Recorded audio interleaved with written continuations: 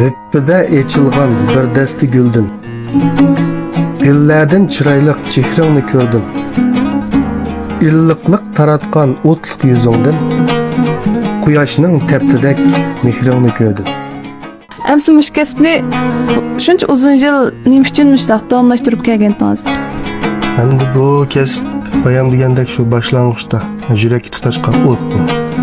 Anandan keyin endi bizler mesela çoğulda ağırlık dedik ko. Çoğuldan ağırlıgan bilen endi kırındaşlarımız var. Mesela ağaçlarımız anımızın oyunda, akıllarımız da anımızın oyunda.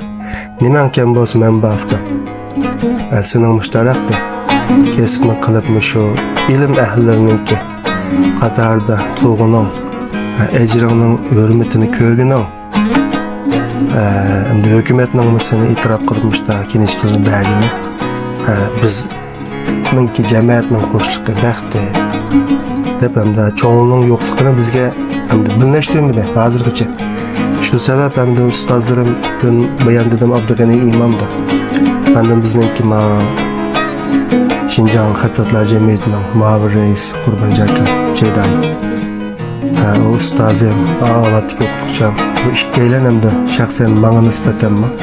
İşki kanıtım bulap. Ustaz demek ota. Tadı bile okşaş hem de. Bu işki eylenme. Bir doğru yolunu köpüstüp. Tirişkin.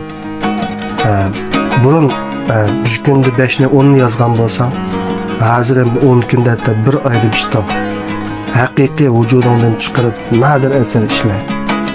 Bu eserinin ömrü seninkiden uzun buldu. Senin hem de kanca yaxşı eserini işlep vermiş o.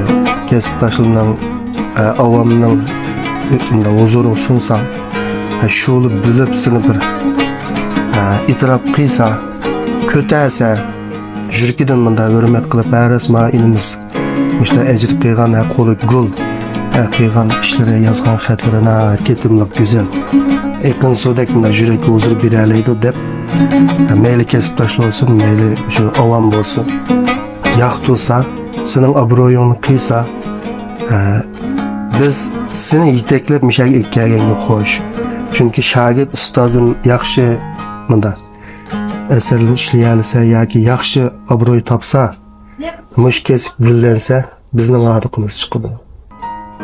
Debem çoğulum medet verdi, ustazlarım medet verdi. Cemiyetdeki daha şöydeki el ağinlerim var. Ben ticaret kılıvatkan, hizmet kılıvatkan demiş. U ballımı ateşke doymuş sene umudun şipan havaya doyundun körsek bek hoş olmayız.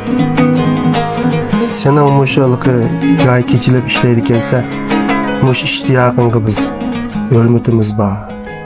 Ecrin yerde kalmaydı da işleydi ama muşu bizne ez kögen, bizne vay degen muşu yakınlarımızdan ken, bəgen muşu